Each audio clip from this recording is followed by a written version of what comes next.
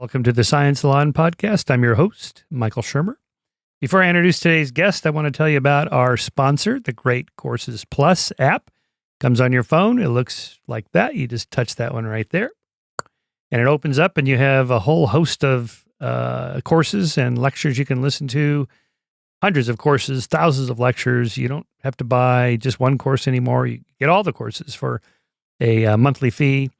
When you sign up through my site, you get a free trial, and then it's just $10 a month for the first quarter, I think. And then it's an incredible product because instead of like grinding through a whole book or whole course, if you decide you don't like a lecture, it's boring, you skip to the next lecture, or you skip courses. So I was in the middle of listening to this George Orwell course. It's fantastic.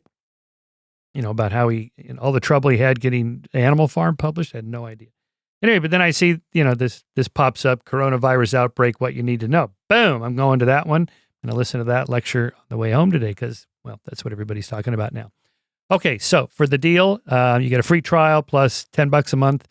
After that, you go to greatcoursesplus.com/salon. That's www.thegreatcoursesplus.com/salon. My guest today is Dr. Scott Barry Kaufman. His new book is called Transcend, the New Science of Self-Actualization.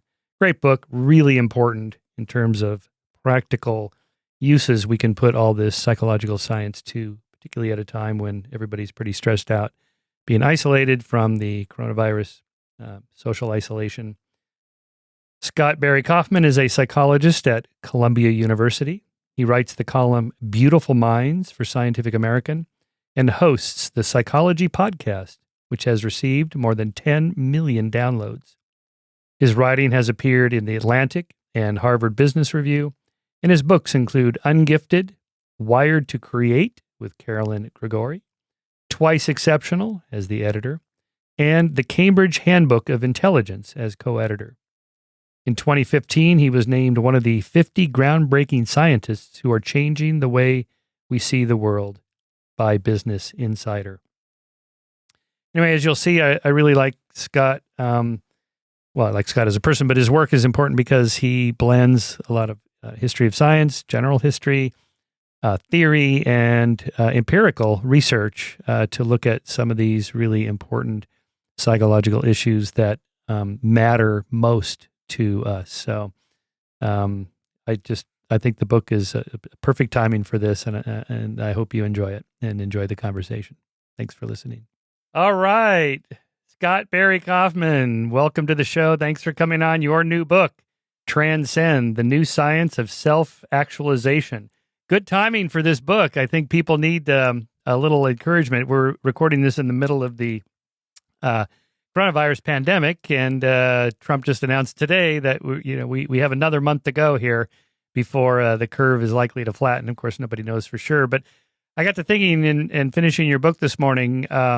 Good timing for people kind of reflecting on what really matters in life, because what else is there to do when you're holed up at home by yourself or with your family? And so I don't know if you want to, if we want to dive in that way, sort of current events. Now's a good time to be thinking about these sorts of things, and being self-actualized and all that. Just go ahead and dive in wherever you feel like there. Well, it's funny with what you said, because for many people, this is not that different from their normal existence. There are a lot of people who think quite a bit about these sorts of things and stay at home. And if anything, this experience has made me want to become a raging extrovert when this is over. I feel like this is, it's like I'm so used to this, and I'm like, you know what? I'm now sick of this. I want to become this big party animal now, this big social animal once this is over, because it's anyway. But that wasn't obviously related directly to my book, but I just wanted to comment on that fact. There's huge individual differences in how people are coping and responding to this. For some people, it's there are many people who have lived in really great. And I was referring to the fact that I'm more of an introvert, so I'm kind of used to this in that way. But there are those who have lived their entire lives in extreme poverty or in many different ways, uncertainty has been their life. So it's Yeah. just interesting to see, there's how different people are responding, and where people are at when this happened in their life. Yeah. Will, yeah. Yeah, I mean, your book is really a revisit to a lot of names I haven't thought about in decades. Alfred Adler, Viktor Frankl, Eric Fromm, Karen Horney, Rollo May, Carl Rogers, and of course, the hero of your book, Abraham Maslow. I don't think I've thought about those names since I took that history and theory class in graduate school back in the 70s. You've kind of I brought want to back. bring them back. I know Yeah, you're kind of bringing back humanistic psychology, which I'm not sure that has much meaning now, because we think of humanism, we think of secular humanism and atheism and that whole movement, but that's not what this was really about. Humanistic psychology was something different, and but it was always the reason I wasn't attracted to it at the time, because I had such a strong grounding in behaviorism and empirical science, that it seemed like these guys were just sort of talking through their hats or just living in their minds, running thought experiments in their heads without a lot of empiricism. The thing I loved about your book is you brought in all the empirical science that has developed the last half century that shows which of these ideas are valuable. So maybe just give us some background on how you got into this particular project. yeah. That's right. About the science, this has been a mission of mine to rest all of these theories to the extent that I can on a scientific foundation. Well, now how I got into it. So when I was teaching at University of Pennsylvania, I was teaching a course on introduction to positive psychology, and I was looking at the history. I was preparing the lecture on the history of the field of positive psychology, and in one of these textbooks in positive psychology, there was this mention of Maslow, and it talked about his characteristics of self-actualization. And I was like, wait, Maslow's this cool? I mean, I learned very briefly about Maslow when I was doing introduction to psychology, but I not like what I was reading in this textbook, and it really got me excited. And then I ordered on Amazon. I noticed when I was looking at all the books on Amazon that there was personal journals Mm. available, with a ranking, an Amazon ranking of 5 billion. And so I was like, wait, I could be like the only one in the world to read Maslow's personal journals. So I bought this 2 volume set, 1,000 pages, and the total nerd that I am, I read it cover to cover over the span of, it took me a couple months, but I just became so engrossed in this one man's life, and not only just his personal side, but I realized he was developing a theory of transcendence towards the latter few years of his life that wasn't in any of the textbooks. And I got to this one line in his, which is in my book. I can actually read it. Yeah. Get to it real quick. New worries about the journals. What do I do with them? The way I feel now, I just don't feel up to writing all the things I feel I ought to. The world needs my duties. Wouldn't mind dying as a result, but I just don't have the stamina to do them. So the thought is save it all in little memos in these journals, and the right person to come will know what I mean and why it must be done. And he highlighted and he italicized must be done. When I got to that, I was like, wow, I think this is my mission in life. So No, that's great. And it made me want to reach back in time and give him a longer life. He keeled over yeah. dead at age 62 from a heart attack. If he would have lived to be 82 and seen the cognitive revolution and all the interest in positive psychology, he might have been a major contributor to that.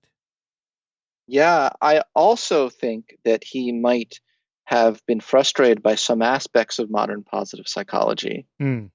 Just to strike a balance here of what we're saying, I am a fan, obviously, of the field overall, but I think that a lot of the words and a lot of the topics that are being used in that field, as well as psychology writ large, it's not just a problem with positive psychology, psychology writ large. He would, the humanistic psychologist, not just Maslow, but the humanistic psychologist would be, they're turning in over in their graves. That there's the science of positive psychology is focused so much on things like happiness and achievement and high performance. And those were not the words that the humanistic psychologists used. They had a whole different lexicon. And I try to bring back this whole lexicon in this book, from the be love language, the be, be needs language, to the word growth being the Yeah. main foci, not happiness, but growth. to responsibility and the intricate connection between freedom and responsibility, purpose, meaning, all these things, creativity, dare I say creativity, which is a topic that I studied before I got interested in humanistic psychology. So yeah, I think in a lot of ways his vision of a positive psychology is maybe a little different than modern day positive psychology. Definitely. Yeah. One of the things I was thinking about reading your book was that paper that Roy Baumeister did, Why Bad is Stronger Than Good. And one of the points in there that struck me was it's far easier to get a paper published in a psych journal if it's about some negative emotion, something bad that happens to humans, depression, psychosis, neuroses, and suicide, and violence, and homicide, and all these negative things. And so you can sort of see why. So in a way, the positive psych movement was kind of refreshing. We're focusing on something that's a little more positive in human psychology. But as you point out in your book, life is way more focused on things beyond just happiness. You know, we're not striving to just walk around in a blissful state of euphoria all the time. And that would not be a good goal to have. And that the humanistic psychologists were actually after something much deeper than that. That's exactly right. And they were also not trying to neglect the dark side of humanity. They were interested in wholeness and integration, becoming a whole person. That was really their main concern. As we go up a hierarchy of needs, so to speak, and keep in mind, and one of your listeners might not, or viewers might not know this, but Maslow never actually drew a pyramid.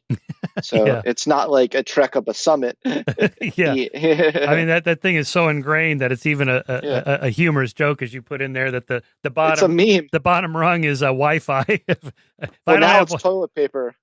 Yeah, now it's toilet paper. That's right. Yeah. It's so funny.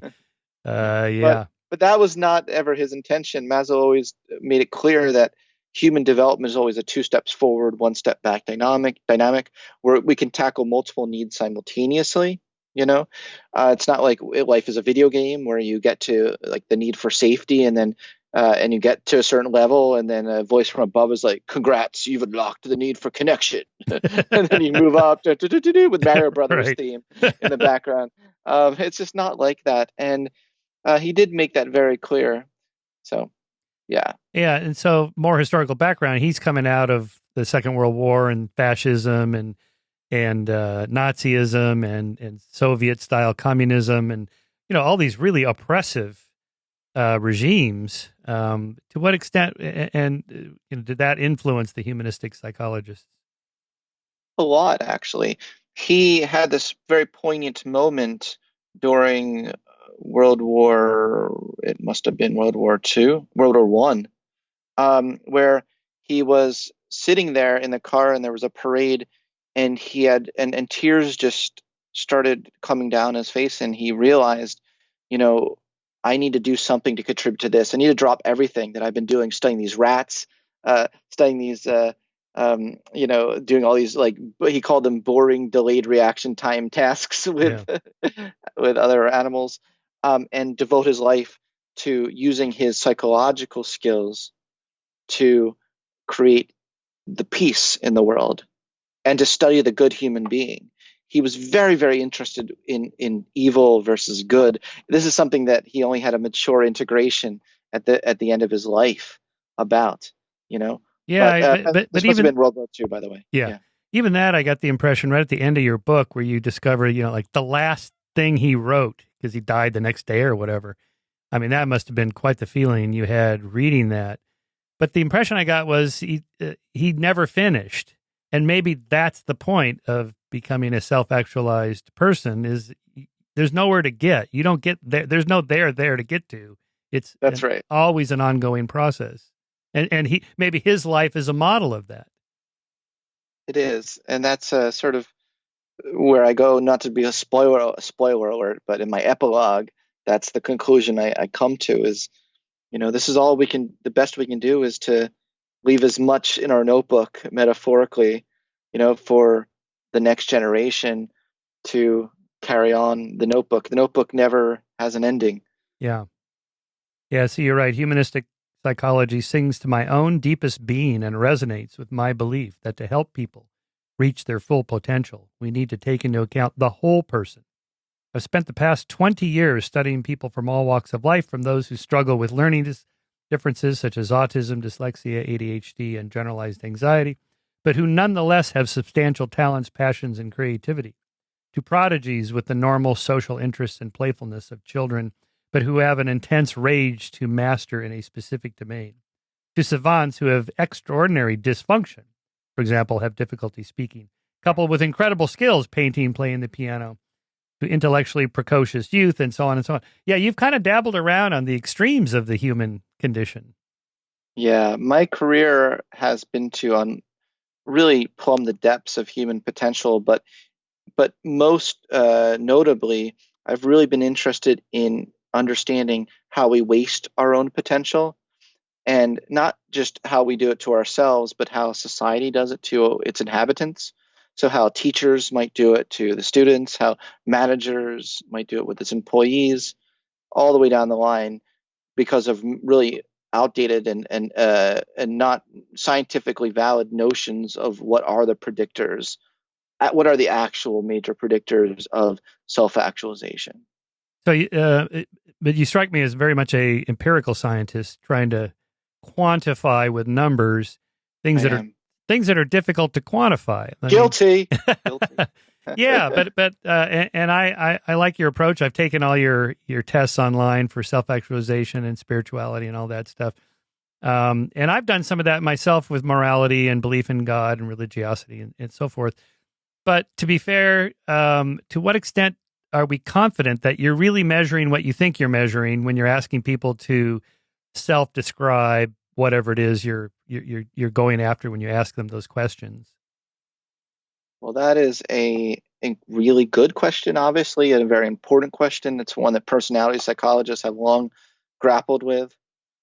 In some areas of self-report, actually self-report is the best way to get at something than any other method. And I'll take one example. People have tried to study all different ways of getting at life satisfaction, people's life satisfaction. It turns out that one item, asking people to rate on a scale of 1 to 5 how satisfied they are with their life, is the better predictor and gets at it better than any even more objective way, because you know better than anyone else how you feel about your life. Who cares what someone else thinks about how you feel about your life? Right. If you want to know how you feel about your life, ask the person how they feel about their life. So in some domains, it's easier and a better method. In others, and when we start to build up to things like self-actualization, fair point. There are many people who probably have a self-concept of themselves as enlightened beings that are feel fully celestially self-actualized, that would put 5, 5, 5, 5, 5, but they would also score very high on narcissism questionnaires as well. So yes, there might be some shared variance there with other traits. But what you hope to do, looking writ large at thousands and thousands, that's why you need large samples. Yeah. And I'm really excited because by being able to put this online, these tests online, I have been able to get more participants, like a dream number. So my or my light versus dark triad scale, and we can talk about the dark versus light triad at some point, has now almost 500,000 Wow. people. And we're writing that up for publication right now. Right. Those findings, we're actually trying to break it down by country. We can even create a map maybe of which is the highest concentrations of dark triad people versus light triad, those who score high on the light triad. That would maybe at some tool on the internet and things like that. So when you have such large numbers, you hope that the idiosyncrasies even out, and cancel each other out. Yeah. Your earlier statement reminded me of the two behaviorists after having sex. The one says, "It was great for you. How was it for me?" We can only, of course, we have access to our inner thoughts, and we should be able to express them. And I'm glad psychology moved out of that behaviorist realm. But me too. Yeah. But just take some of these from your survey. Your online survey, you include some of the questions here, statements to which somebody agrees. You have the nice little sliding scale that you click on and drag, which is kind of nice online. Characteristics, self-actualization, truth-seeking. I'm always trying to get at the real truth about people and nature. Now, who would say no to that, or like I'm low on that? I mean, don't most people think that that's what they're like, but they're not No, really? no. Okay. Your question is coming from someone who scores high on the truth-seeking scale. Only someone who scores high would even ask such a question. Well, thank You you. are, yes. This is the point I'm trying to make. Yeah. And it's so funny. You just proved a really important point of personality psychology, and that's that people have trouble getting outside of their frame of reference. Yeah. They can't imagine.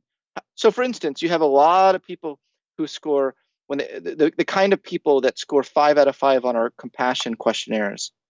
They can't even comprehend why would someone want to be sadistic. So they'll look at like a sadistic questionnaire, which exists as well, and there are lots of people who do actually score high on those questionnaires, and they'll say, "Are you kidding me? How could someone ever score 5 on I enjoy having power over others Mm. and knocking them down to size and making them have pain?"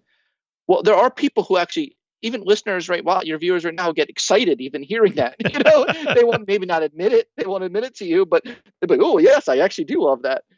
And when they're anonymous surveys, people tend to be honest in anonymous surveys. Mm. So I do think that if I could actually show you the plots, very normally distributed intellectual curiosity, for instance, which is I think strongly correlated with this truth-seeking aspect of self-actualization, is normally distributed on a bell curve, just like IQ. Interesting. Yeah, amazing. Um, yeah, that's good. And these aren't just the 1 to 3% psychopaths in society that are scoring high on those tests. That are scoring high on Uh, the truth-seeking questionnaire. no, the sadistic, whatever that. Oh, well, so the dark triad and the dark core research, if we want to go into that, Yeah. then we could. You either jump into that topic, or you don't. You can't do that topic Well, okay, superficially. let's come back to it then. Okay. Let's go through the pyramid. I mean, your chapters do this where you start off with safety and then connection, and so you're kind of building up from the so-called bottom rungs of the pyramid. Um, Yeah. so let's go through, basic what do humans need to lead fulfilling lives? Yeah. So start with safety. Well, let me start by saying that I have a new metaphor. There's no more pyramid. Okay, It's no more pyramid. All right. it's we're now talking about a sailboat. Oh yes, a sailboat. Yes, I like Yeah, the sailboat. Yes. yeah. Right. So So we're down in the hull, deep in the hull. yes. So the idea of the sailboat is that the point is not some trek up a mountain where you're like self-actualized. I'm self-actualized. I'm done. I can just now I can just be hedonistic the rest of my life because I've no. Instead, we're a whole vehicle that needs to be integrated. That boat needs to be really safe and secure in order for us to feel safe and vulnerable to open up our sail and become and grow. I mean, or even just move along the ocean. We won't move anywhere if our boat is not secure. So in that boat of security, we have safety, the safe needs for safety, Yeah, the I'll put need it up for there. connection, and the need for self-esteem. These are safety needs because when you're severely deprived of any one of them, you get pitched into this deprivation state, and it actually becomes your worldview in life. So for instance, when you're hungry, everyone looks like a hot dog to you. You know what I mean? Hmm. Everything. That's all you care about. I'm saying when you're severely deprived of this. And the same principle applies to need for connection. When your need for connection is so deprived. So for instance, I mean, I'm not above any of this, Michael. I'm feeling, like going stir crazy in here all alone. I went out the other day and so desperate for the need for connection, like I saw any human, on the street, and I was like, "Hi, how are you?" Like I think I like scared the crap out of this person, but no, I didn't actually. They actually smiled back, and we wished each other a nice day. But when you come from a place of deprivation, it's very different than from coming from a place of growth. Yeah. And then the other one, when you're severely deprived of the need for self-esteem, that has very specific worldview associated with it as well. if you almost demand respect. What's very interesting, I found some research that is maybe a bit controversial, but I think that you're no stranger to controversy, so you won't mind.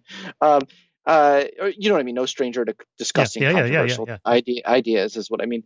Um, uh, People who have been abused as children or have been victimized in some way, they grow up to score higher in entitlement. And Interesting.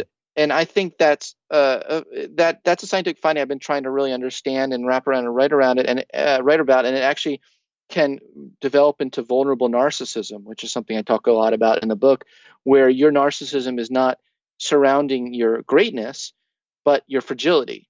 You So mean does that make sense? do you mean unearned entitlement? You Yes. know, I Yeah, would, you know, deserves special the privileges. general of Yeah. an army is entitled to a certain amount of respect and orders should be obeyed and so on. And he should expect that. But, you know, an underling that pictures himself as a general, you know, is feeling unjustified entitlement. Is that what you mean? Yes, I do. So psychological entitlement scales are things like um, I deserve special privileges because I'm more special than other people. Hmm. You know, I deserve the best in life. I get angry when people don't recognize how great I am and how important I am. You know, these sorts of things. Can you remind me of what your original question was? Because I did have a point of why I Oh, was tying this. well, we were starting at in the bottom of the hole with safety and then, Oh, yeah, when you're severely thank you, good. So when you're severely deprived of self-esteem at some point in your life, like maybe when you were a child, no one respected you, that can actually, if you don't integrate that properly into the rest of your sailboat, your whole sailboat tends to be driven by this, I must get the respect hmm, I lacked. So the point of that whole is that those are deprivation needs, those are safety needs, that when they're severely deprived, they do pitch us into a certain state or worldview. But I want to make the point, which is what Maslow made the point, that is ultimately to reach the highest levels of human consciousness and growth and self-actualization and transcendence, we need to eventually transcend the boat. We can't. Some right, people stay in the boat their whole lives. I mean, right. some people don't even realize the possibilities there are for themselves if they could get out of that boat in some way and not be so driven by their ego or driven by their deprivations. Yeah. So in addition to the obvious ones like food, shelter, 3 square meals a day, toilet paper, you know, Oh, at the bottom that you absolutely need, you're really talking about something more like Bowlby's attachment theory. Like I have a secure attachment to somebody who loves me and protects me. If you're a child or if you're a spouse or partner to somebody, you have somebody that makes you feel stable, and from there you can kind of branch out or feel more risk taking in exploring the world or testing yourself because you have that security at home, so to speak. So I have a 4-year-old, for example, and you know he really needs me around pretty close. And when I'm there, he ventures out and tries things. But if I move away or I'm busy reading or something, you know, then that clearly this is a problem for him. He needs me to, you know, that sort of attachment. that's exactly right. I start off with attachment. I build up to connection and intimacy and belonging, which are not the same as attachment. And then I eventually build up to a higher form of love that, you know, the goal is not to stop with connection. You know, like it's not you get to that level again, not like a video game, but the goal is actually to not become so needy in those basic needs that it can free you up to higher forms of love.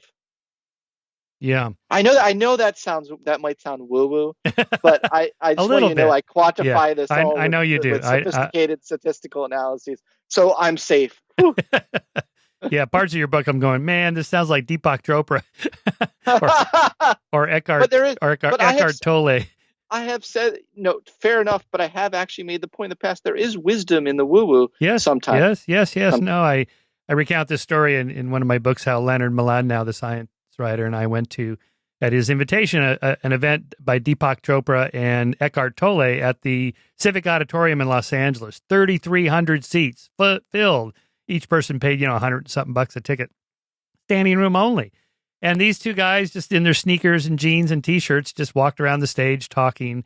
about, the power of now, living in the present and so on. And I thought, man, they're tapping something here. These people, obviously fairly successful people in LA. The parking lot was filled with, Lexus and Mercedes and Teslas and so on, fairly well off. They're not needy in that sense, but they're needy in some other sense. And obviously these Oh, guys are tapping into this. deeply spiritually needy. Yeah, I mean, people are really yearning, especially now, for fulfillment of these spiritual needs or these higher needs of the higher ceilings of human nature, and I think we're seeing that really magnified right now with the deprivations that we're having. Yeah. So continuing from attachment and building to relationships, let's talk a little bit about Dunbar's number of 150 plus or minus that we know. You're not talking about that. You're talking about people that you really know, and that number has to be way smaller. I mean, I've never had more than a handful of really close friends, and then I've had I'm married, so that's it. I can't imagine like having deep, intimate relationships with 3 dozen people or 100 people. No, no.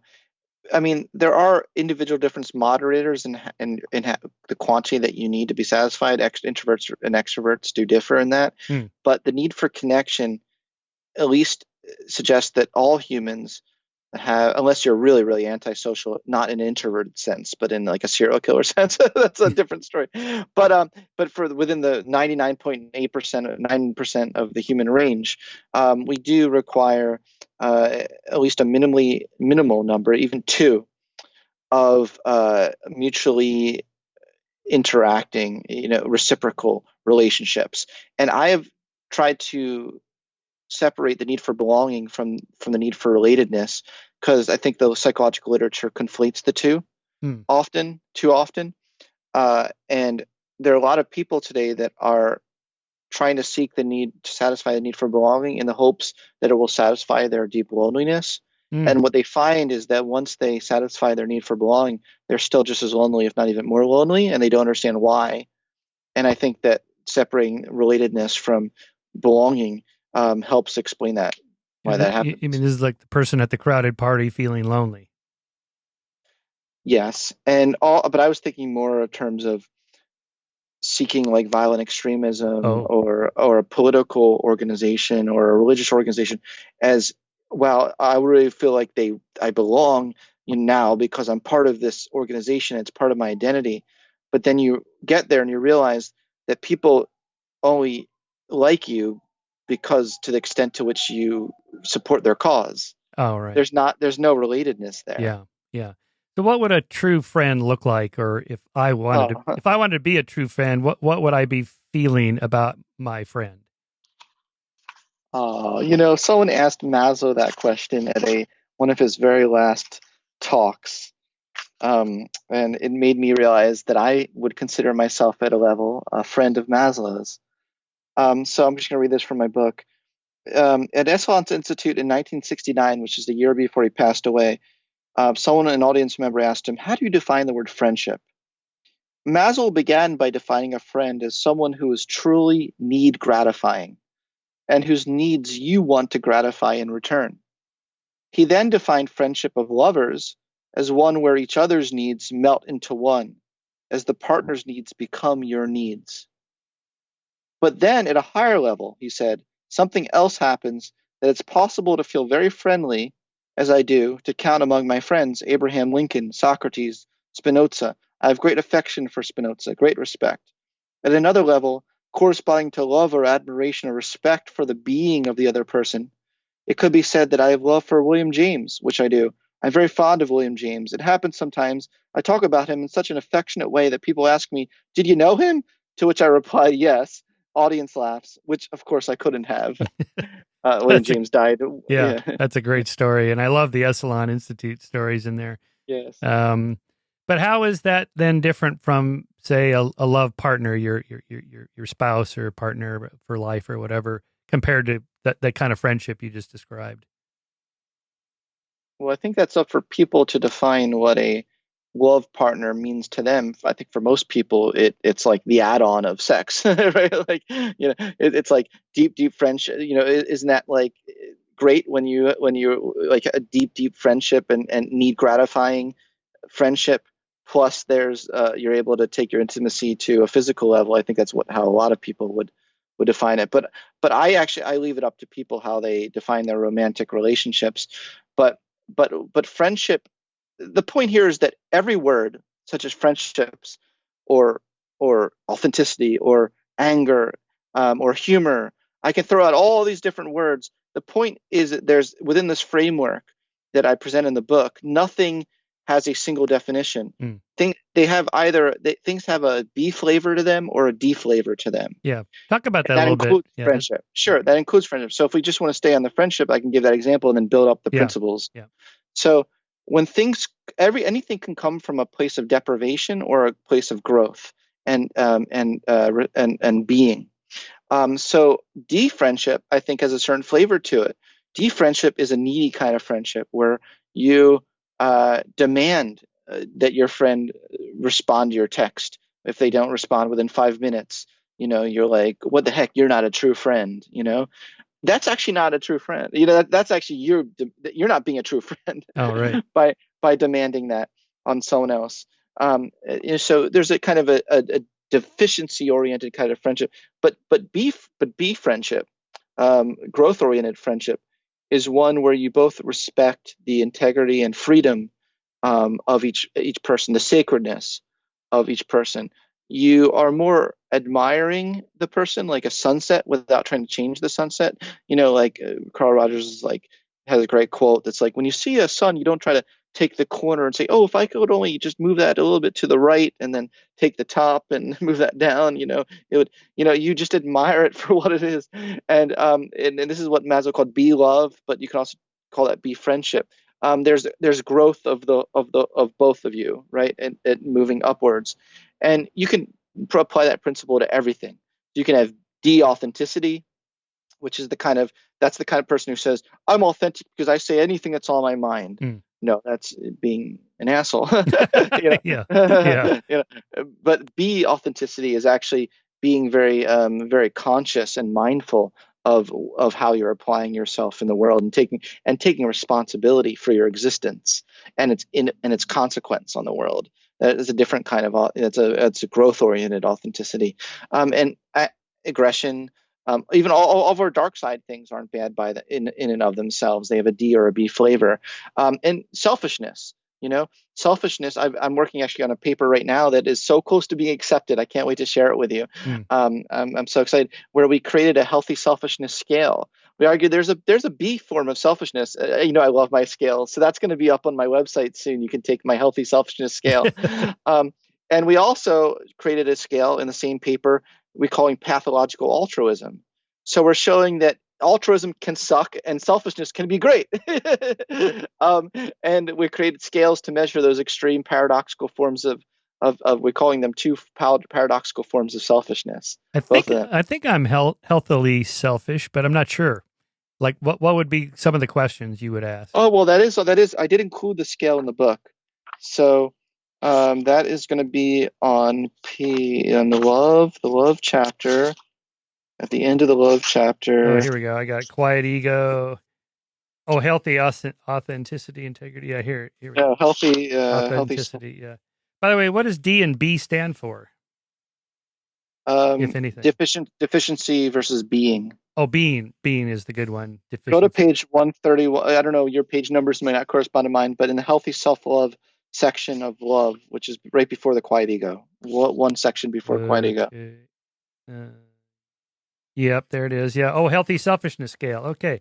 I have healthy boundaries. Yep. I have a lot of self-care. What do you mean self-care?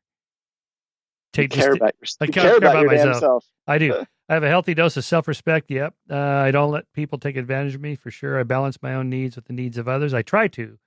Anyway, I advocate for my own needs. Yeah. I have a healthy form of selfishness. Meditation, eating healthy, exercising. Oh, yeah. That does not hurt others, right? Even though I give a lot to others, I know when to recharge. Yeah. Give myself permission to enjoy myself, even if it doesn't necessarily help others. Yeah.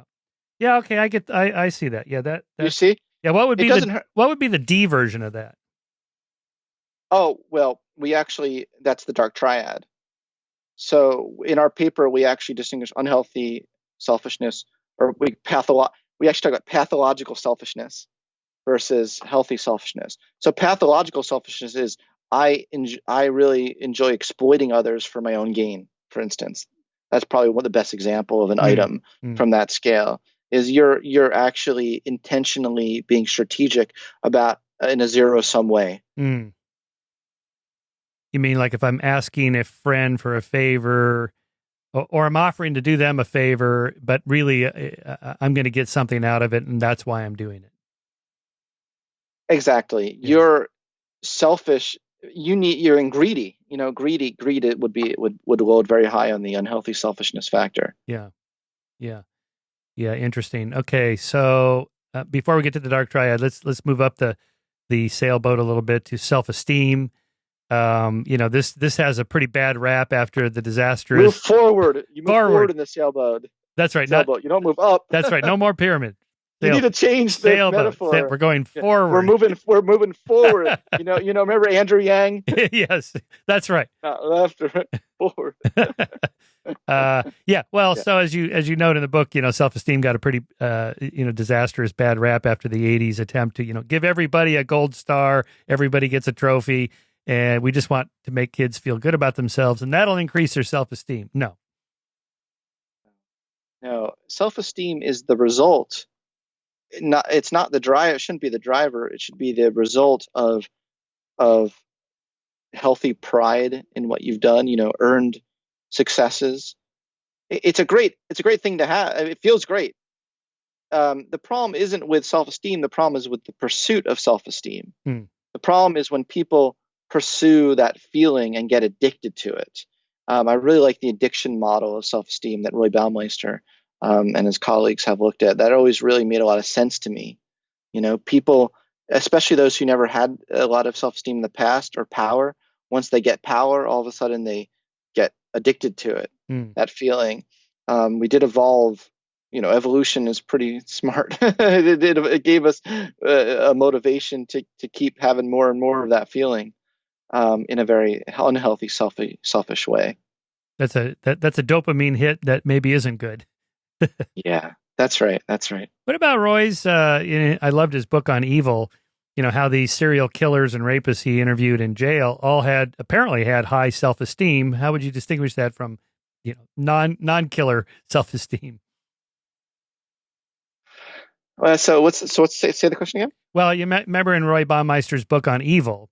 Yes. One of the things he debunks in there is this idea that serial killers and rapists have low self-esteem, so they're conquering people to increase their self-esteem. And his conclusion was these guys have the opposite of that. They think so highly of themselves. Well, I see what you're saying. So grandiose narcissists. I talked earlier about vulnerable narcissism, which is a fragile, introverted form. The more extroverted, puffed up form it's called grandiose narcissism. Yeah. And the interesting thing about grandiose narcissism is that they do have a very puffed up, inflated sense of their self-worth as having instrumental value, meaning that, in terms of their interest in power and their ability to control others. But if you actually ask them their self-esteem or their confidence about themselves as their relational value as a social being, they're like not above average, and sometimes even below average. And often they don't they don't like themselves very much. So I've done these studies. I've given extreme narcissists self-report questionnaires, and they report actually hating themselves as a person. But that just doesn't matter to them. I see. That's not relevant to what they're obsessed with. Interesting. And they also are very aware that other people hate them. Oh. So I think that their own self-esteem is fractionated, but that doesn't seem to bother them, that disintegration. Yeah. So maybe here's a good time to get into that dark triad. This grandiose narcissism. Grandiose narcissism is one of the three, right? Yeah. I'd actually be more excited if you're like, now it's time to get into the light triad. Okay, let's start with the light triad. I'm thinking of self-esteem in the positive way and self-esteem in the negative way. So you can't talk about one without the other, though. Yeah, so if we talk about the dark triad, we'll inevitably get to the light triad. Okay, all right. Pick Uh, one, either one. I don't care. Go for it. sure, sure. Well, the dark triad is very well studied.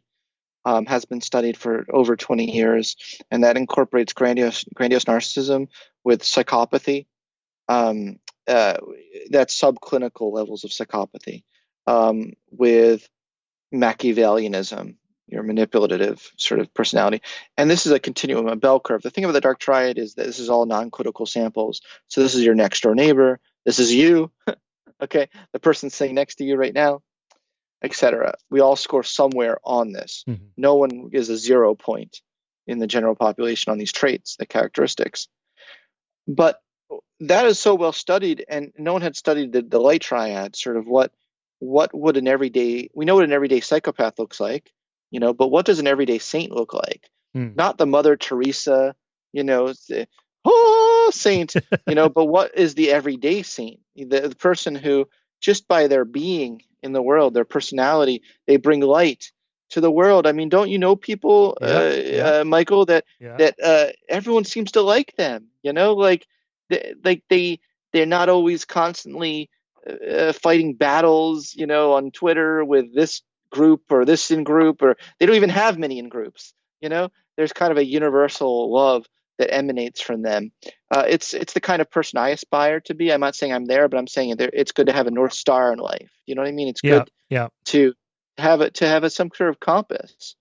And we were so interested to study what would that continuum look like. And so we're still doing so many studies on this. We collected so many data from the internet now. Thank goodness the internet exists. That you can put up these tests and people want to take them. But we have published a preliminary draft of the light triad. We found the three components consist of the opposite of Machiavellianism. We thought it would be cute to call it Kantianism, Mm. which is one of the categorical imperatives of Kant, was never treat people as as a means to an end. Treat people as an end into on themselves.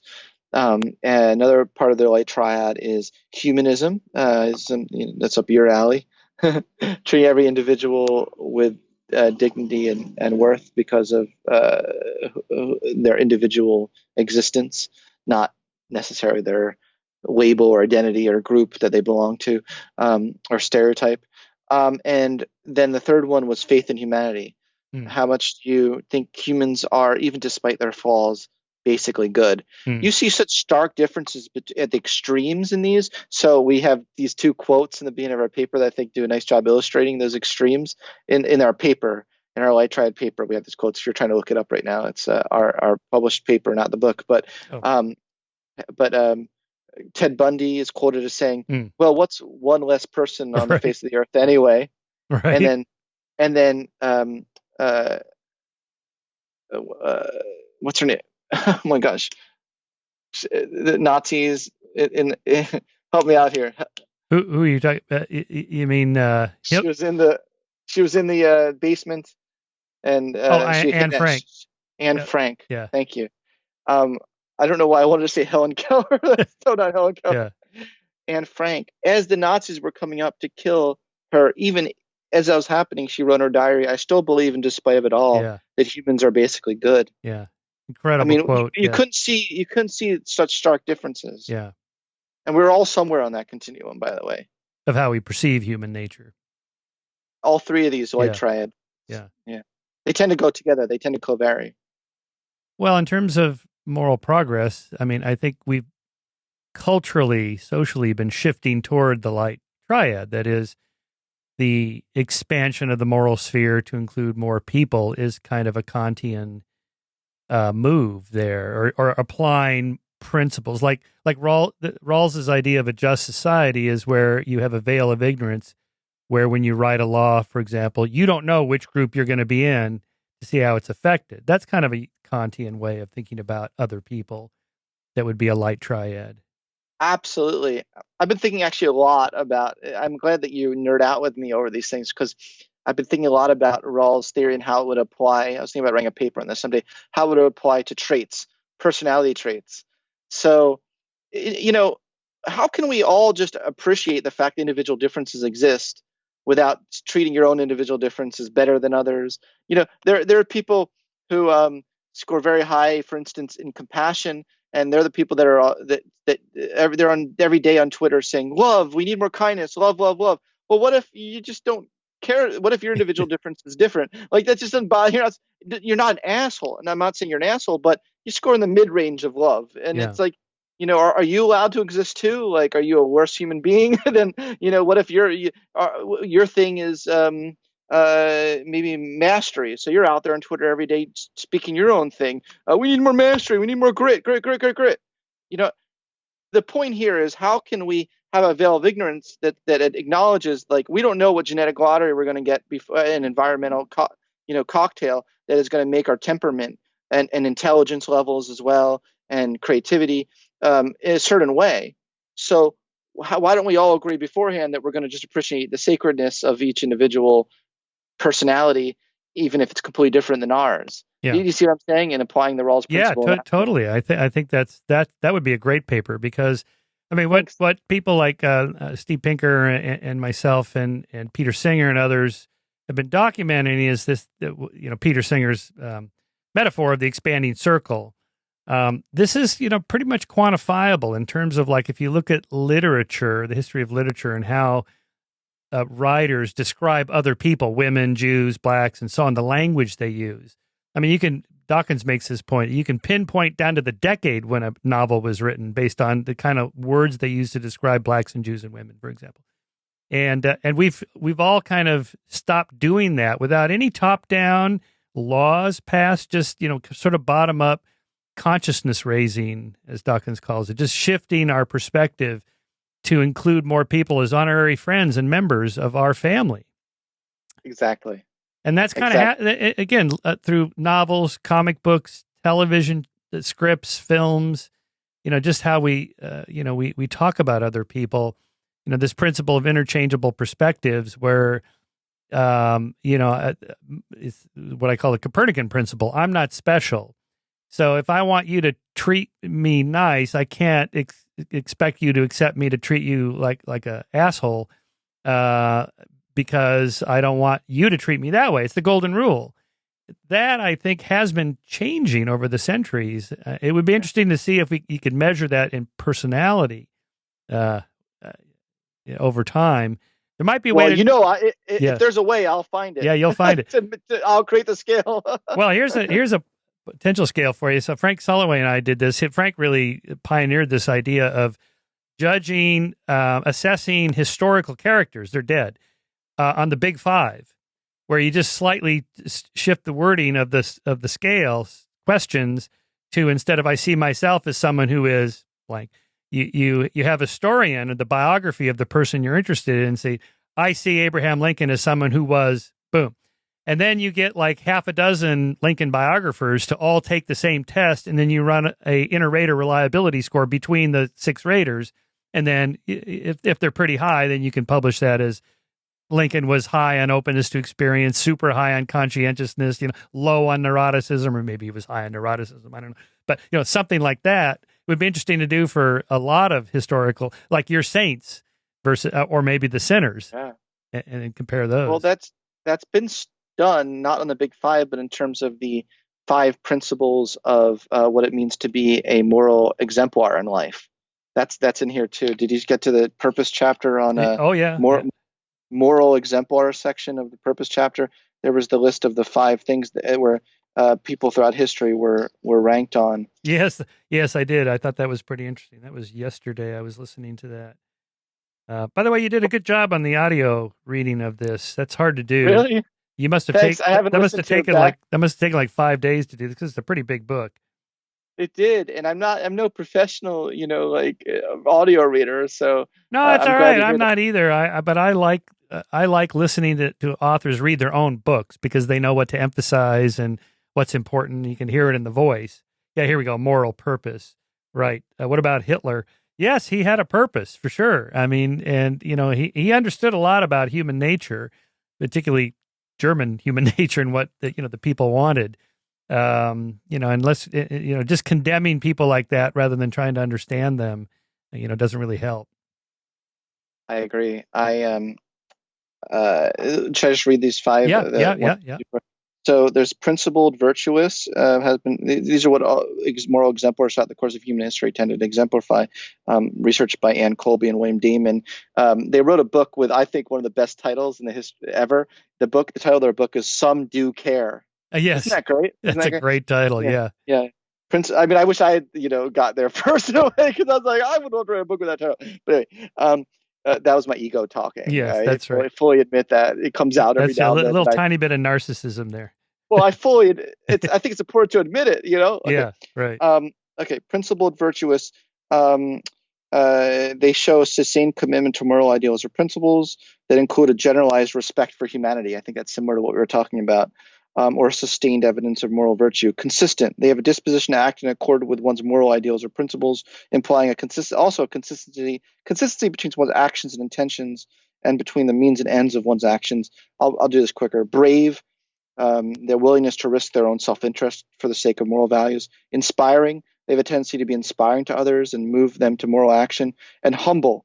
They demonstrate a sense of realistic humility about one's own importance relative to the world at large, implying a relative lack of concern for one's own ego. By the way, humble doesn't mean self-effacing. Mm. That's a great myth. These individuals that were studied had a very strong sense of self. And that's something I wanted to make very clear in the book, is the distinction between ego and self-respect. They're very different. Well, I always thought of ego as a good thing. It gives you confidence to reach out and try new things. But maybe you mean that's self-confidence, not ego. How do you distinguish those? Well, so I define ego as those set aspects of the self that incessantly try to see the self in a positive light. So they defend, they erect defenses to secure your positive illusions. So that's what I specifically define as the ego. And we have a lot of defense mechanisms. Mm-hmm. There's some researchers call them a zoo of self-defense mechanisms that can be studied psychologically. I call all those aspects of the self the ego. The self is a broader construct than ego. The ego is a subset of the self, as I see it. You want to touch on, I don't know if you did this in the appendices, the illusion of the self. There's this idea in cognitive psychology, there is no self. It's an illusion. Do we want to tell people? That's like telling people there's no fairy, tooth fairy. Right. Well, it's important because if it's an illusion like free will, it's a good illusion. I mean, I feel like there's a whole me inside the skull that represents Michael Shermer, and that he has volition. He's making choices, and maybe that's all an illusion, but it's a practical, useful fiction, as Hans Weiner called it. Fiction. Yeah. Yeah. Yeah, I definitely agree that it's a convenient fiction.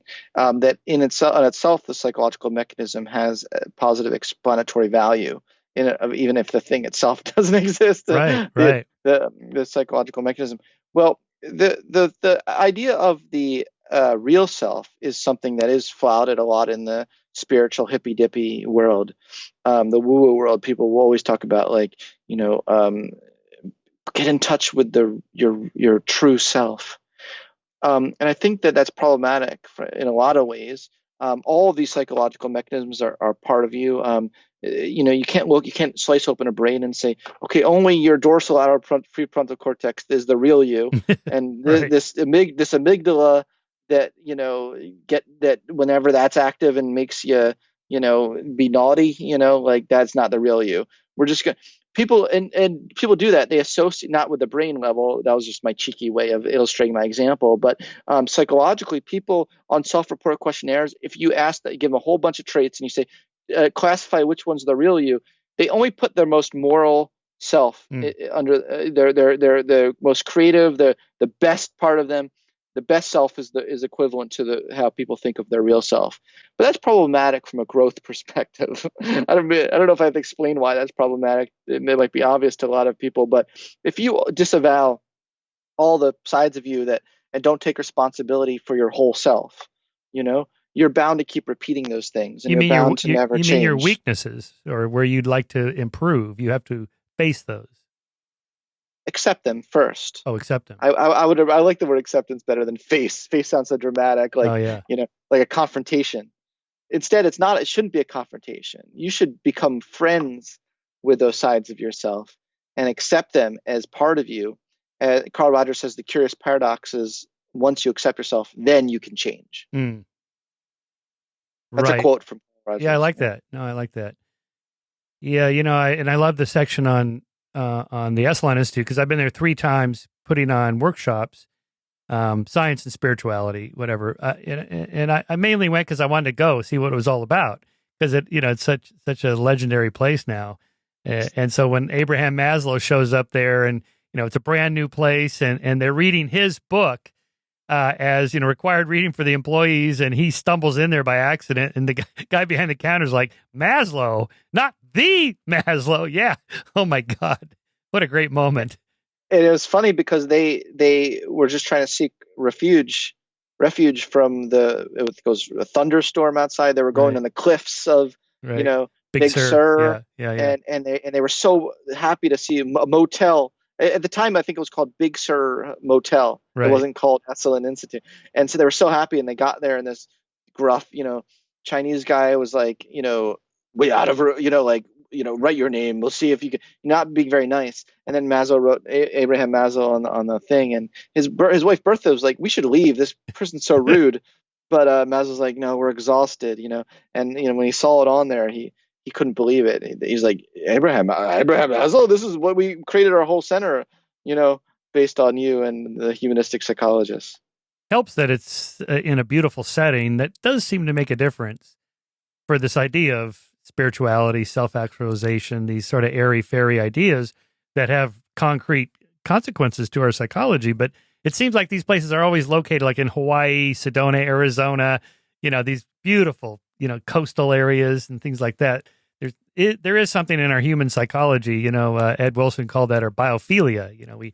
There's a kind of a higher spiritual feeling of, being up on a mountain, looking down at a plain, or, at a row of trees, acacia trees or something like that. He speculated that we evolved this on the plains of Savannah, savannas of Africa, but whatever. There's probably a real effect for doing it there rather than in the middle of the desert or some boring looking place. For sure. I still dream of the day I can give a talk in the Maslow room about my book. That would be you should. Well, I guess we can't do it now because of the isolation, but maybe you can have a post book publication party this summer next year or something like that. That'd be wonderful. I had lunch with one of the co-founders of Michael Murphy. Yeah. A couple years ago when I was researching the book, and he was so close friends with Maslow. Right. He said that Maslow said that he was like the son he never had. He was very young, when they first met. And I did ask him. I was like, do you think Maslow would have been proud of what I was doing? Like I said that so nervously, and shyly, because I was like, it's to be able to like be next to someone who in a Venn diagram, their existence overlapped with Maslow's existence, like, in my own sentimental way, like meant a lot to me. And I was talking to a couple people whose existence did overlap with Maslow's. And like, I talked to his best friend, who's like 90 now or something. Wow. They used to go swimming together. And I talked to a former student of his. I went in and to the house of his only remaining daughter, living daughter who has dementia, unfortunately, but granddaughter Jeannie, who was only 3 years old when he died. But Maslow wrote Jeannie was a big source of his peak experiences. Interesting. So it was amazing to meet her. Well, when I was there, I was curious why are people here? I mean, it isn't just the setting. The setting helps, but there's tons of little resorts and hotels along PCH there in Big Sur and Monterey, all the way down to Cambria. They're there seeking something, and a little bit like what I mentioned with the audience at Deepak Chopra and Eckhart Tolle's talk. They're I wouldn't say needy, just looking. Just like I'm here to find something more meaningful than my mundane job, and I thought, yeah, I mean, I kind of feel that, and it doesn't hurt to get these great massages and sit naked in the clothing optional hot tubs. Which the first time I went there, I thought, well, I'm not doing that. I'm going to have my running shorts on. So I went down in my running shorts, and I'm the only one with anything on. I'm like, okay, this is stupid. What a convention. So I stripped down, and it's no big deal. I mean, people picture like the Playboy Mansion. Thanks for the mental image, Michael. But I definitely got a sense like, okay, we're looking for something beyond the everyday, and most people, I think, uh, do not have the time or the resources to contemplate these kinds of things you're talking about here. I mean, people that are just grinding through their 9 to 5 jobs and trying to get the kids out the door to school and so on. Who has time for contemplating the light triad or whatever? But at some Well, now we point, do. now we do, and yeah, now we do. But on the other hand, despite what I just described, religiosity has always been very important to people. And, belonging to some sort of church or organization definitely matters, even for people that don't believe in God. Like most of my Jewish friends they're atheists. They're secular Jews, but they still, like being part of that community that has a deep time to it, deep history to it, and a place to go. Even my atheist non-Jewish friends, a lot of them are into these, sort of universalist Unitarian churches, or they have these Sunday meetings of atheist groups where they light candles to Newton and sing songs about Darwin or whatever. They actually have even testimonials like how I lost my religion. And, I've spoken at a few of these. It's like, I'm back in church. I mean, this is the same thing. Everybody is seeking something else there. That's right. I mean, what I would like to do is democratize spirituality, or in a lot of ways, I talk a lot about the experience itself, not the belief. We can start to separate the beliefs from the experiences, and I think that's where the magic happens, and that's where science can come in to the picture and start to demystify some of these things. It turns out, regardless of what God you believe in, these mystical experiences activate the same damn brain network. Regardless of who the God that you believe in doesn't differentiate, which brain area. that would be interesting. Wouldn't that be interesting if only Jesus believers activated the dorsolateral prefrontal cortex, but I don't know. But no, so that's interesting that it's the same principle at play. We can start to rally around the same experience. Of what it feels like to be in awe of something, what it feels like to feel at one with the rest of humanity. There's some really exciting research coming out on psychedelics, dare I say, and what that's doing to dissolve the ego boundary or the boundaries between self and others. I mean, in the brain, you actually see the areas that represent physical space is altered. That's what's being altered. That our sense of we seem to have evolved certain brain regions that contribute to that feeling of I'm a unique self that's physically in space separate from this person in front of me, that you see with certain meditation practices, with certain experiences, certain drugs. Those brain areas become deactivated or even hyperactivated. Depends. Yeah, you talk about Andrew Newberg's book, Why God Won't Go Away. I think that was the title of the book. That's right. One of his many books. Super interesting. Meditators and people that pray or whatever, that part of the brain that sort of maps the difference between my body and the rest of the world, it kind of melts away. So this idea of being one with the universe, it's basically just dissolving the distinction between self and non-self. Yeah, and I think we can. What the self and non-self? It's an interesting paradox, because self-actualized people they still have a really strong sense of self. So this is an interesting paradox. But I want to get to a little more nuance about what you just said. Like, do you mean to tell me that the Dalai Lama doesn't feel like he's the Dalai Lama? Yeah, of course he does. He knows he's the freaking Dalai. Like, everywhere he goes, I am the Dalai Lama. I'm here. He knows, like, the Dalai Lama is here now. Listen to the Dalai Lama. So come on. But I'm not saying he has an ego. I want to be very clear before I get all the Dalai Lama supporters angry at me for blasphemy. I want to be very clear what I'm saying. I still think he's a very pure soul, great heart. He's done a lot to help the world. But the interesting paradox about all these people is that in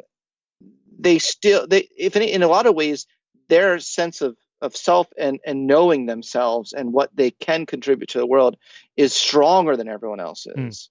While at the same time, they have a capacity to connect with the wider world. These need not be mutually exclusive things. I think what I really tried to get at in this book, it was the paradox that that haunted Maslow all the way up to his death, was how it is that the most self-actualized people he knew were the most transcendent people Mm. as well. There wasn't, at a higher level of consciousness, a lot of these false dichotomies, like self and world, tended to not make any sense anymore. Selfishness, unselfish, evil versus good, male versus female. We can go down the list of all these dichotomies, but the transcenders, those who can get to this highest state of consciousness, have what he called dichotomy transcendence. Mm. Yeah, I was just thinking, in this discussion amongst humanists, atheists, skeptics, and so on, of the rise of the nuns, the decline of religiosity over the last half century. If the trends continue, religion may fall into disuse like it has in many Northern European countries. My wife and I like to visit cathedrals when we go to Germany. She's from Cologne, where they have that magnificent dome. I feel spiritual in there. I mean, I get it. I totally feel it, even though I'm an atheist.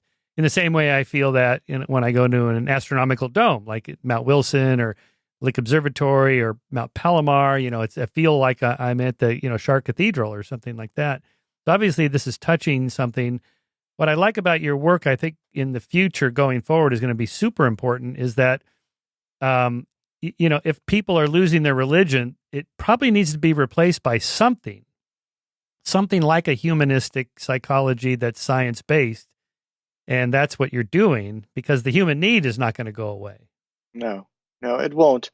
And I think that satisfying our spiritual needs are just as important as maybe not as food, water, and shelter, because let's be realistic, but things like self-esteem, connection, loneliness. I think that if we do get Maslow's onto something, if we in a lot of ways, but in this way, even though if we satisfy these things, we still are going to be yearning for something more and more and more. Humans are always reaching higher. Once we never stop, we never are satisfied, and hopefully we can, get to a point of which Maslow calls the plateau experience. This is the real spoiler of the book, because I go through the whole book going, you feel like you're going in upward peak experiences, and then the book ends on saying actually the highest state of consciousness is getting to a point where you're happy to just be on a plateau of gratitude and awe and mindfulness. You mean no longer reaching for something? That's right. You find the miraculous in the little flower that you pass spontaneously. I read that. I listened to that this morning, and I passed a flower, and I stopped. Oh, good. I'm like, okay, you're right. And by the way, I'm going to stay off Twitter after reading this book. I told myself, because I end up just getting angry, and then people get angry at me, and it's like because I'm commenting about guns or Trump or whatever. It brings you down to the deficiency realm of human existence. Is that what it is? Oh, I wanted to ask you about the microdosing of people with PTSD and suicidal ideation and severe depression and so on. In your model, what are these drugs? Maybe microdosing of LSD or something like this. What is that doing for ego and self-esteem or whatever? Yeah, psilocybin has been studied quite extensively now. Michael Pollan wrote a whole book on a lot of that science. I just try to capture some of the even more recent science, showing that if you can integrate that with a mindfulness practice, that seems to be the double whammy. Yeah. If you can integrate those experiences into the course of your day, even when you're not tripping, so to speak, that's much better than just taking drugs. What would be a mindful practice? Well, it doesn't only have to be mindful meditation like Sam Harris's Waking Up course, or like, the Calm app or something like that, returning your breath. But there's mindful in the sense of also mindful gratitude practice, where you really are explicitly trying to become aware of what you have gratitude for in your life, or you do loving kindness meditations.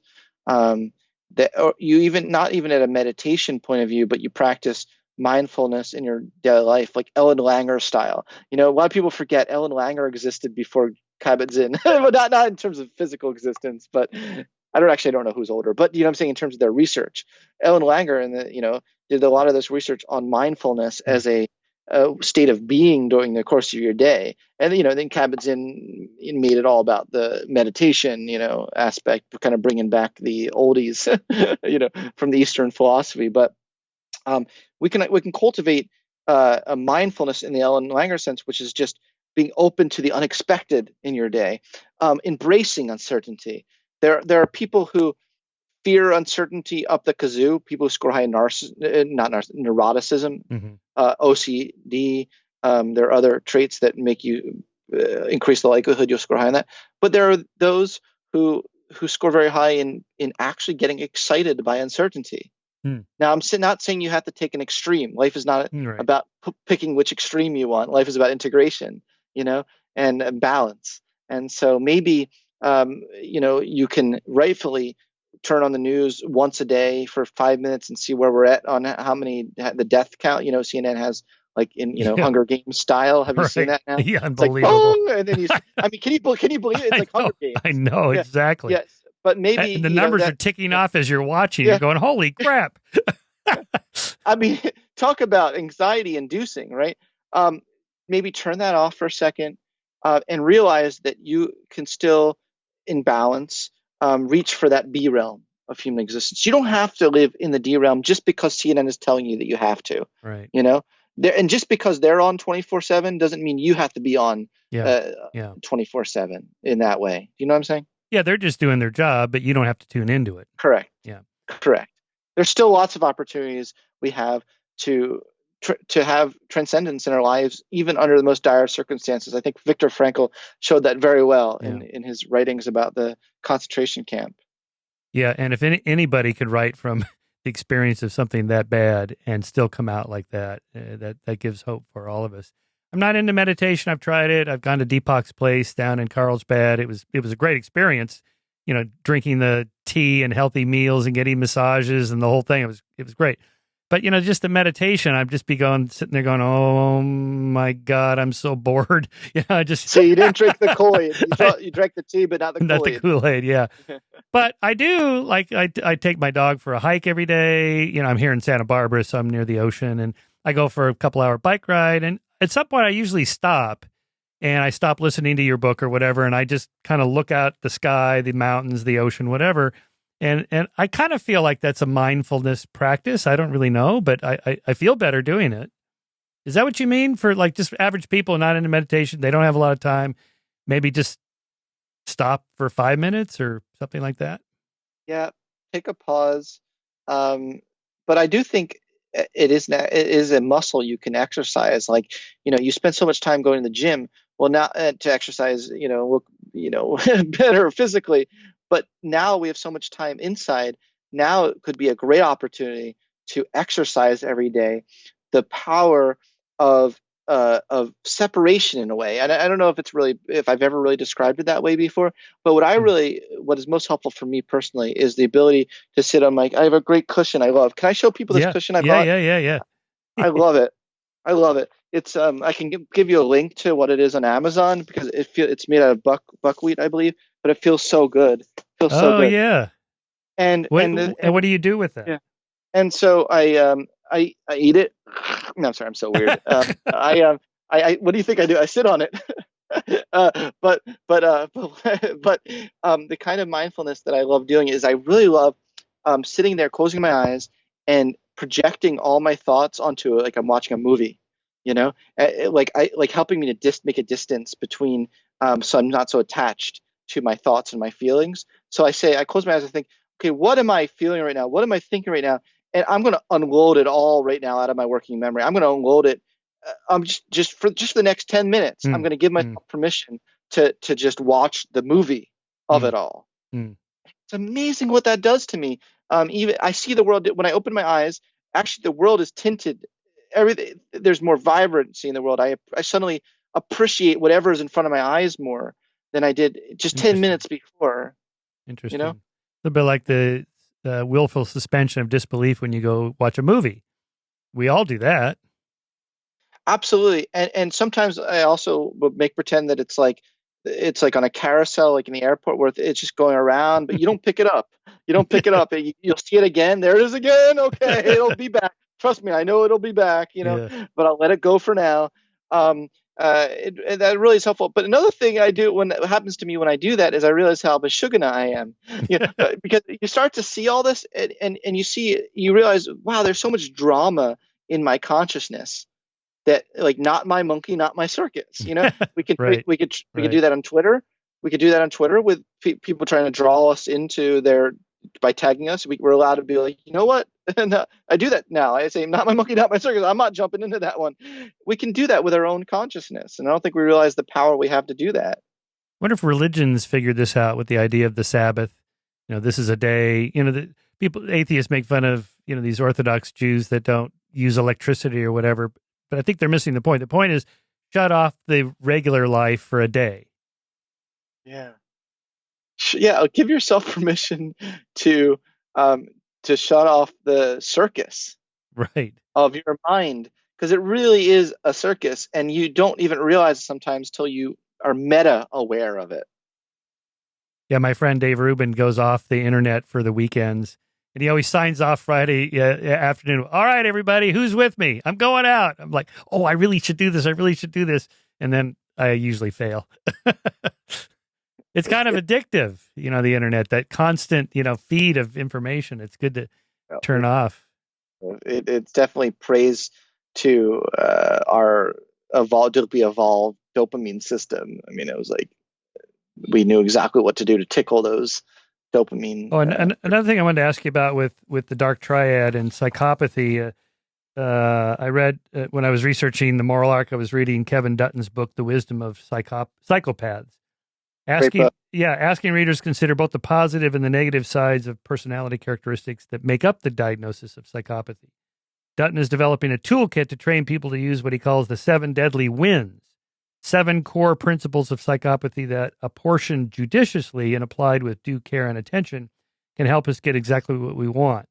And so these are ruthlessness, charm, focus, mental toughness, fearlessness, mindfulness, and action. So I was just referencing Kevin Dutton's the sort of the bright side, call it the light side in your light triad of psychopathy. We usually think of psychopathy as Charles Manson or something like this. But Kevin points out that a lot of Wall Street traders and Fortune 500 CEOs are probably psychopaths. The point is to find the characteristics that are positive that we can dial in the right direction. How does that square with your light triad, dark triad material? Yeah, I think that the answer to all this is integration, because I don't believe in any trait is absolutely good or bad. I think I said that earlier as well. So I don't think that if you score high on the dark triad characteristics in and of themselves, you're a bad person. Maybe for instance, I have a scale you can take on my website for free. I'm not trying to sell anything by saying that. That'll actually tell you your light versus dark balance score. So that's more telling in terms of prediction of things. We actually have a paper under review right now in the journal Personality and Individual Differences, and where we looked at within a person their balance of light versus dark characteristics, and that matters more than just knowing just one or the other. If you have some of the light triad to balance, you have that flexibility and you can be contextual about it, then that can be fine. I mean, sometimes you might want to use dark triad instincts as a shark to fight injustices in the world. I mean, you see a lot of people who are saints actually employ dark triad principles for an injustice that they see. Now, of course, they think they're on the right side of history, and maybe the people they're fighting think they're on the right side of history, and that gets all complex, and everyone thinks they're on the right side of history. But nevertheless, if you can be contextual about it, I think that could be fine. Yeah, Dutton makes this point about sometimes you want a real badass psychopath type person, like in the maybe the Navy SEALs or special forces that have to do some pretty hard, tough things that I don't want to do. I always think of, Jack Nicholson in A Few Good Men when he schools Tom Cruise on you can't handle the truth. We live in a world with walls, and on those walls are men with guns, and you want me on that wall. You need me on that wall. While you're at your parties talking about freedom, I'm out there standing guard, right? Okay. So, yeah, I remember after that scene, that's one of my favorite scenes. I'm thinking, yeah, that's right. I want a tough ass like that. Yeah, tough ass doesn't mean dark triad. So it does not necessarily mean dark triad. Yeah. So we actually did a statistical analysis. I mean, I was interested in this question. I was like, well, is it just the dark triad that's predicting positive outcomes, or is it just the agentic self aspect of it? We found out that the dark triad did the person no favors above and beyond, actually got in their way above and beyond just the high agent's assertiveness aspect of the trait.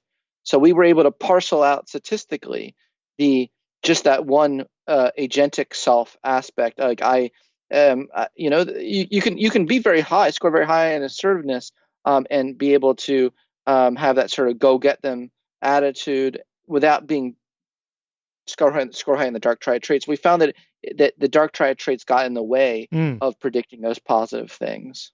Interesting. Yeah. Yeah. Dutton tells this hilarious story about these special forces training in England, where, they put them like the Navy SEALs here, they put them through hell. The whole point is to get people to drop out until you have just a handful left. And so apparently the last trial or whatever is they got this guy pinned down on a road, and they've got this truck fired up. He knows there's a truck there, and they fire up the engine, and then they take this big tire and they roll it right up against this guy's head. And they wait to see, is he going to flinch? And the guy that doesn't flinch, that's the guy. He's our man. Well, yeah. Okay. I don't know where that falls on any of your scales, but maybe fearlessness or high risk taking. Courage. Yeah, courage. Yeah. Yeah, for sure. But that doesn't necessarily mean dark triad. Yeah. I mean, the moral purpose section of my book was a point to illustrate that it's about integration. So those who were the villains were scored very low in all of those virtuous categories. Those who were rated the villains, they were what was described as agentic. So they were agentic in the service of having control and being agentic. Those who were the moral exemplars throughout human history were agentic communal. They were agentic in the service of a higher good, or what they saw as a higher good in some way, to alleviate suffering in some way. Yeah. So interesting. There was an integration there of the agentic with the communal. When you said agentic self, I thought of Stanley Milgram's famous shock experiments, because he talks about, the agentic self obeying an authority. And, there's much debate about what was really going on in those experiments. Are they role playing? Are they obeying authority? Are they, and most of them, when you watch the original films, they're agonizing. They don't want to do this. You could tell that they're uncomfortable. They're squirming around. They keep asking the experimenter, "Can we please check on him?" So on. I did a replication of the Milgram experiment for Dateline NBC with Chris Hansen years ago. I know. And same thing. I mean, I could tell. My sense was these people, they don't want to do this. So, and the context that I want to ask you about is I've been thinking about pretty much my whole life. How do you convert Germans to Nazis in the matter of a couple of years to commit genocide? Okay, so I've been recently rethinking this after having Hugo Mercier in the podcast. He has this new book, Not Born Yesterday. As you know, he's kind of countering the Tversky and Kahneman's idea that we're really dumb and irrational. And no, actually, we're pretty smart and we get things right most of the time. We're not that irrational. And then he has a chapter on this very subject where he says research from historians like Ian Kershaw, who wrote the Hitler biography. Most Germans did not become Nazis, or they didn't want to, or they didn't inculcate the Nazi ideology. That they came to power in 1933 with a minority political party. Then they imposed imprisonment on any dissenters. So you get pluralistic ignorance where everybody thinks everybody else is going along with it, even though they don't. And then you get punishment of dissenters, so nobody can call the emperor out as being naked. And that can carry on for years. So maybe there's not a problem to be solved. Like, how do you get normal, civilized, educated, cultured Germans to become Nazis? You don't. You only need a small number. and then a certain kind of political autocracy to control the dissenters. I think that's exactly right, actually. I think our data shows that extreme malevolence is very, very rare in a general population, but that extreme malevolence can completely overtake all of society.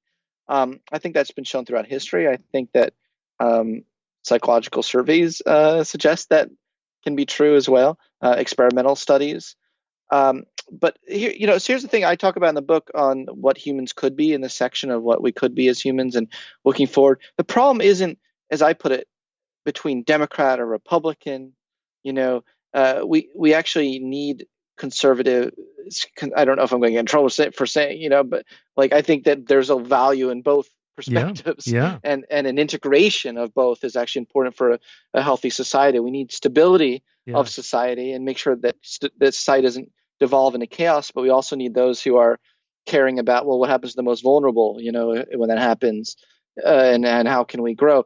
But the problem, as I saw it, is populism, and that's speaking the language of hate and division. That's when the problem happens. And what you do is you create an antagonistic zero-sum worldview. Yeah. That's not inherent in the conservative, Republican, or Democratic perspective. That's inherent in the personality trait antagonism. So it's amazing what extreme antagonism can do to rip a society apart, even if most of the inhabitants of the society weren't that way to begin with and even don't want to go along with it. Yeah, the polarization. It's perfectly okay to say we need conservatives and we need liberals. We need both. Here's how I quoted Bertrand Russell in The Moral Arc. From 600 BC to the present day, philosophers have been divided into those who wish to tighten social bonds and those who wish to relax them. It is clear that each party to this dispute, as to all that persists through long periods of time, is partly right and partly wrong. Social cohesion is a necessity, and mankind has never yet succeeded in enforcing cohesion by merely rational arguments. Every community is exposed to two opposite dangers: ossification through too much discipline and reverence for tradition on the one hand, and on the other hand, disillusion or subjection to foreign conquest through the growth of an individualism and personal independence that makes cooperation impossible. So I think we may always have something like a duopoly where you have to have both of those positions pushing back against each other so no one goes too far. Yeah, no, that's great.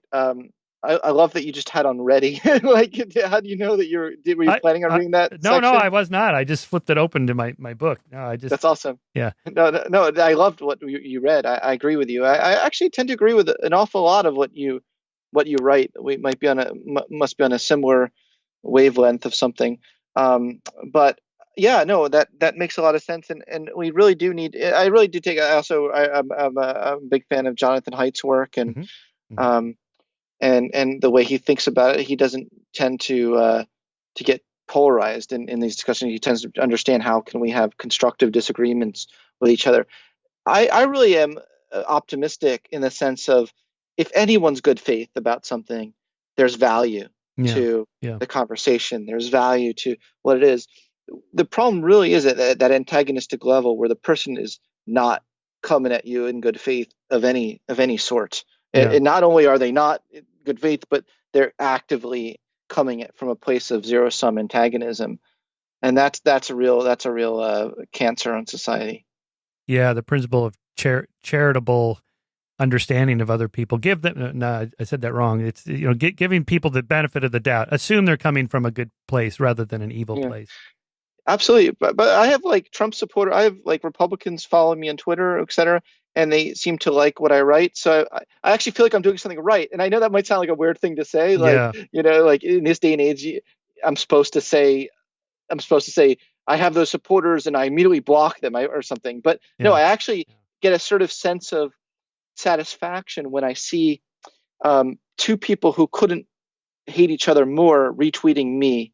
Yeah. Does that make sense? Totally. Yeah, it feels like it can be done. We can all agree. Like it can be had. Yeah.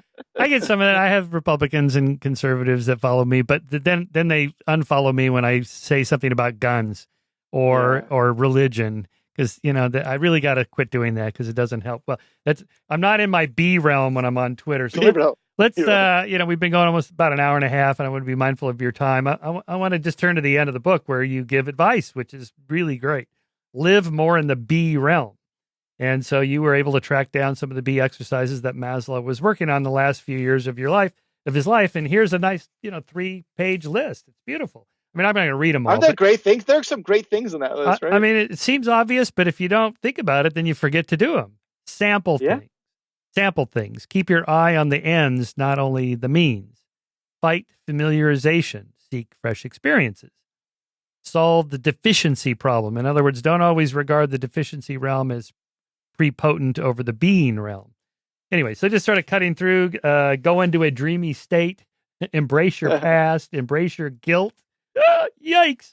I don't like my guilt. But that's what being is, though. That's what being is. Because guilt is part of your being, Yeah. Well, you mentioned that earlier. So accepting your, whatever dark negative sides or your. It's good to have guilt, by the way. Yeah. Shame sucks. Sucks, but it's good. Yeah. Contemplate your life from a historian's viewpoint, 100 years or 1,000 years from now. Oh boy. Contemplate your daily life as though seen from a great distance, such as a remote village in Africa. Look at a familiar person or situation as if viewing it for the very first time. I mean, these are just great. They're great. Can I read my favorite one? Yeah. Please. I'd rather you read it. Yeah. Well, this is my favorite one. Okay. If you find yourself becoming egoistic, arrogant, conceited, or puffed up, think of mortality. Or think of other arrogant and conceited people and see how they look. Do you want to look like that? Do you want to take yourself that seriously? To be that unhumorous? I love that because a common trait of those who are supremely narcissistic is that they can't laugh at themselves. It's important to laugh at yourself at least 3 times a day would be my medicine for people. Don't take yourself that seriously, please. Just don't. Scott, that's a perfect place to end. The book is Transcend, the New Science of Self-Actualization. Really handy these days. Good at any time, but especially now. Thanks for writing. Thanks for writing, and thanks for your important work. You have a long ways to go building a whole new worldview for the non-religious and for everybody, really for everybody. Thanks, Michael. I'm so excited to be on your show. It was great talking to you.